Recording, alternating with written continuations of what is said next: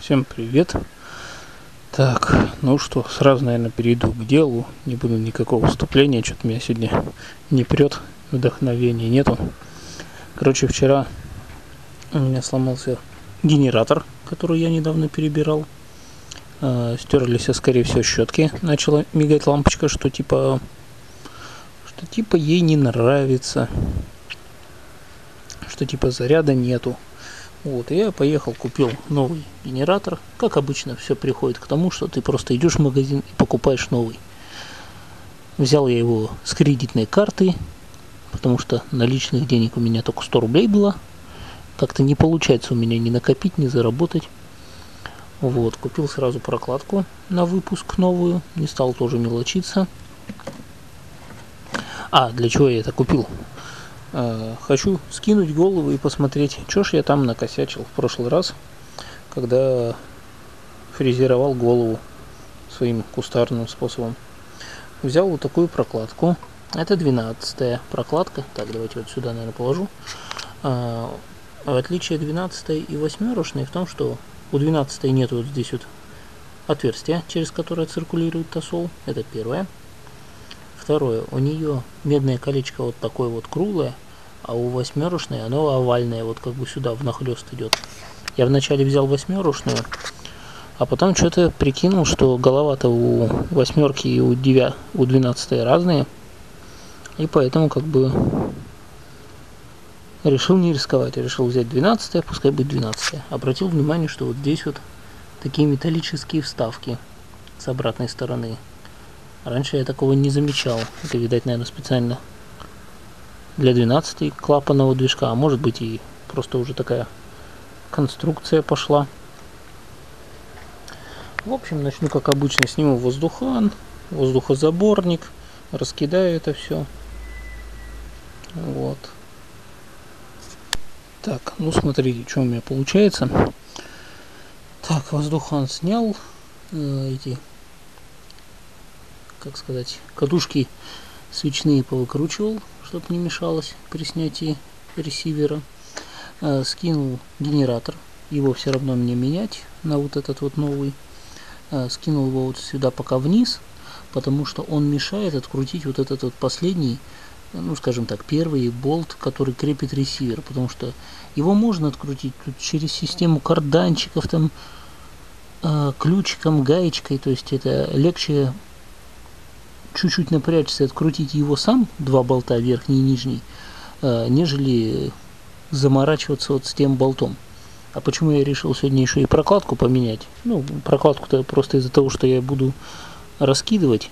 Хочу посмотреть, что с масляным каналом, который в голове, что я там накосячил.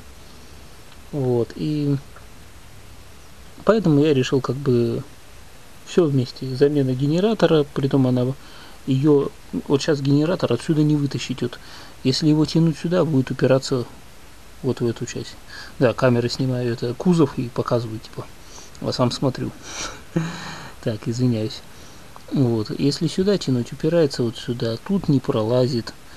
Вниз я тогда его смог снять. Вот если вот сейчас вот открутить мой подогрев тосола, через него я буду сейчас тосол сливать, это из блока цилиндров, ну пускай пока остывает. Получилось, да, вот если его открутить, то тогда да, он упадет туда.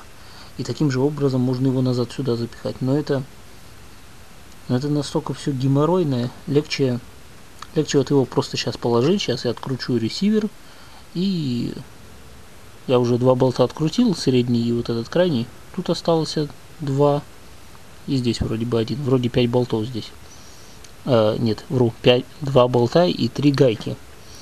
По бокам болты, посередине гайки. Да, и вот сейчас я его скину, ресивер, и тогда уже легче будет сюда подлезть. Вот, а пока вот так. Так, ну вот, я скинул ресивер, вытащил, как я и говорил, генератор. Вон он там лежит, пылесоса. Вот. Проблема была там, что щетки просто стали плохо прижиматься. Ну, в любом случае, новый лучше старого. Потому что я уже замучился. В прошлый раз его перебирал, сейчас опять его. Я уже плюнул, пошел, просто купил новый. Обошелся он мне 4 с чем-то, не помню сколько за прокладки, вот за все. Я отдал 5300, там сколько-то с копейками, 5400, грубо говоря. Дороговато, конечно. Не хотелось мне тратиться. Так, вот хотел еще раз показать. Я уже показывал вот такой вот ключик. Точнее, головка. Я ее заточил на конус, чтобы она могла вот сюда влезать. Потому что стандартная, вот которая у меня была, она сюда не влезала. Тут вот такие были наплывы. И пришлось это я вначале на наждаке, а потом на болгарке просто в круговую точил. Вот, и все. Вот она уже. Последний болт я выкрутил. Сейчас я его вытащу оттуда. Да, советую, когда что-нибудь раскручиваете, вот в баночки такие складывайте. Потому что я знаю, что потом будешь по гаражу ходить, искать, куда же этот сраный болтик закатился. Так, ну сейчас скину крышку клапанную. А, кстати, можно попробовать ее. Может, она и пойдет. Ага, хрен там. На герметике хорошо сидит. Так, ладно. Сейчас скину и будем дальше разбирать. Так, ну вот, какие у меня успехи. Слил я тосол, открутил шланчик вот этот. Слил тазик, вон там в тазике. Вот такой вот черный грязный тосол. Открутил термостат вот с этого тройника. Открутил выпуск. Вот для чего я брал прокладочку вот эту вот посередине, которая... Так, что еще? Осталось сейчас открутить болты. Так, вот эти вот. Здесь тоже шестигранник такой, это с круглыми гранями. Не как вот здесь вот болт, а вот такой закругленный. Ну, потом выкручу, покажу, если не забуду. Вот. Сюда подходит головка на 11. То есть она как бы заклинивает и нормально выкручивает. То есть я уже так... Сколько уже? Это 4-й движок, я буду так разбирать с помощью головки.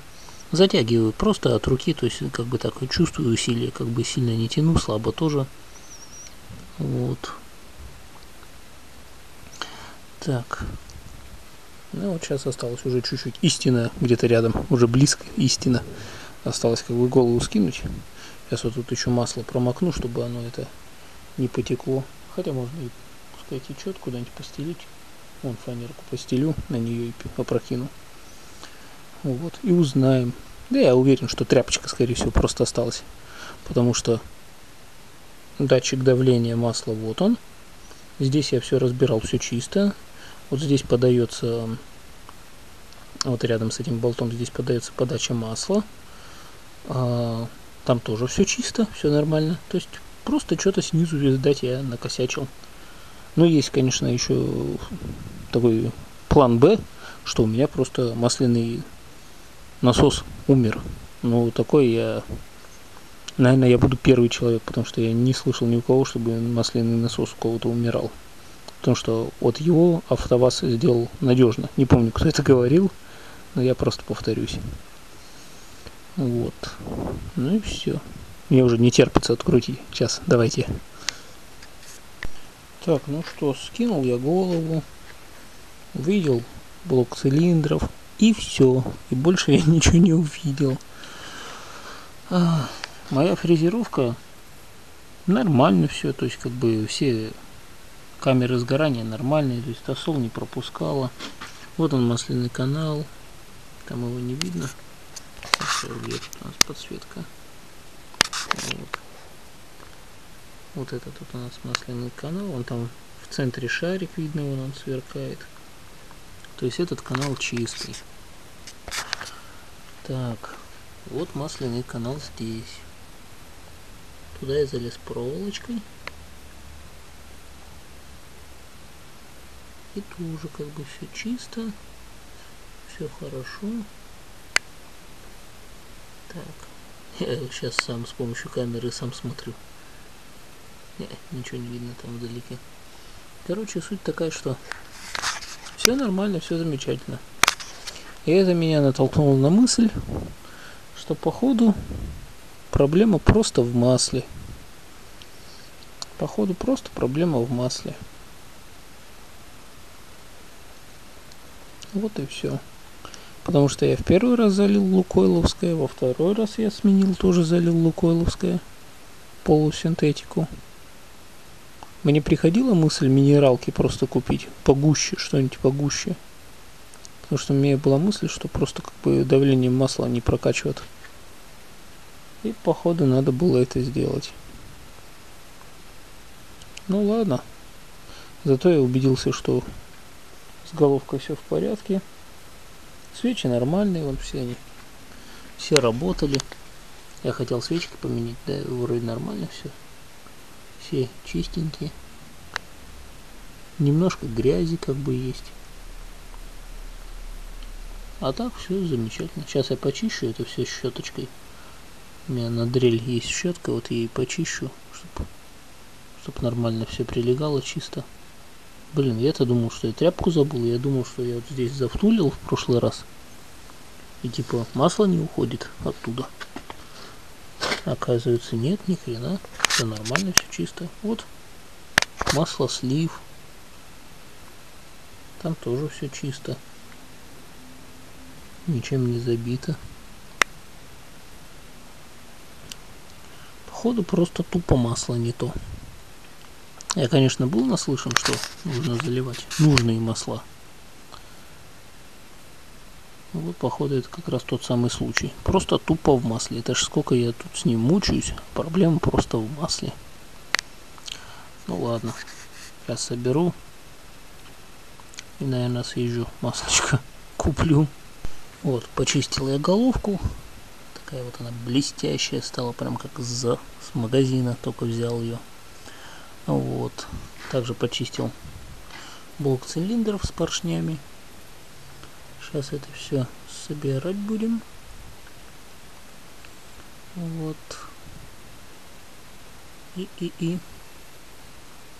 Я, кстати, понял, когда машину заводил, первое время она иногда бывает как бы хорошо работала на этом масле. Вот мусор всякий налетел туда. Первое время она была, что иногда хорошо работала. А потом начинали гидрики снова подстукивать. И я так думаю, что вот это вот хорошо. Это было в то время, когда масло густое, и оно движется через масляный фильтр. Она движется через масляный фильтр, минуя как бы бумагу. А потом, когда она пригревается, она начинает двигаться через бумагу. И в этот момент уже она становится жидкая, плюс сопротивление бумаги. Поэтому отсюда-то я и ощущал эти все эффекты, якобы машина лучше стала ехать. Первые минуты, когда я ее заводил в прошлых видео. А сейчас я понимаю, что это просто обман был, сам себя обманывал. Вот, ставим эту прокладочку. Красивую такую вот. Совмещаем этим масляным канальчиком здесь вот. Потом проблема, когда это блок цилиндров голову опускаешь сюда, чтобы ее не поцарапать, не сдвинуть. Так, ну вроде все. А там получается на 8-ручном идет масло через болт, что ли. Ну да ладно, не будем в это вникать. Ладно, сейчас соберем, все закидаем. У меня собаки там бедные на даче, их надо выгуливать. Генератор накинем новенький. Вот. А я, может быть, его сразу сейчас сюда и поставлю. Наверное, да, я его, наверное, сразу сейчас и поставлю. Сейчас. Так, ну что, собрал я позавчера двигатель. Уже не стал снимать как и что там. Вчера у меня сломалась ручка. Вот это вот. Просто соскочил оттуда фиксатор. Вот этот, который железячку фиксирует. Сейчас я его сюда еле-еле напялил. А в конце концов, пошевелив его сбоку на бок, он все-таки снова соскочил. То есть, как бы это... Сейчас я сделаю вот такую вот проволочку. Во. Так, а насчет гидриков. Нашел я причину, из-за чего все-таки гидрики стучали. Причина была в том, что не то масло, всего лишь не то масло. Я вот нашел у себя в гараже вот такое вот. Предположил, что это минералка или что-то наподобие. Залил его, и, о чудо, гидрики перестали стучать. Машина ездит изумительно. Так что, как заключение всех видео, сделаю просто вывод.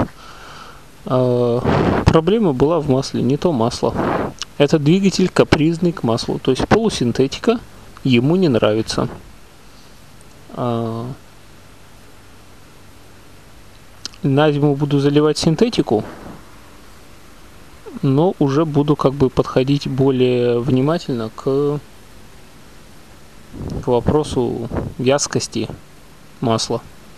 Сейчас вот эти вот остатки я туда потом долью. Кстати, вон вот так вот яма выглядит, продолжаю копать. Вот будет подвальчик. Вот, и уже буду подходить, поизучаю в интернете, посижу ролики, посмотрю, кто что заливает на зиму, то есть как бы какая вязкость должна быть. Ну или прежнему хозяину машины позвоню, это будет легче всего спросить, какое масло он лил, потому что он в этом плане был как бы такой щепетильный человек, то есть очень заботился о машине. Ну все, всем пока.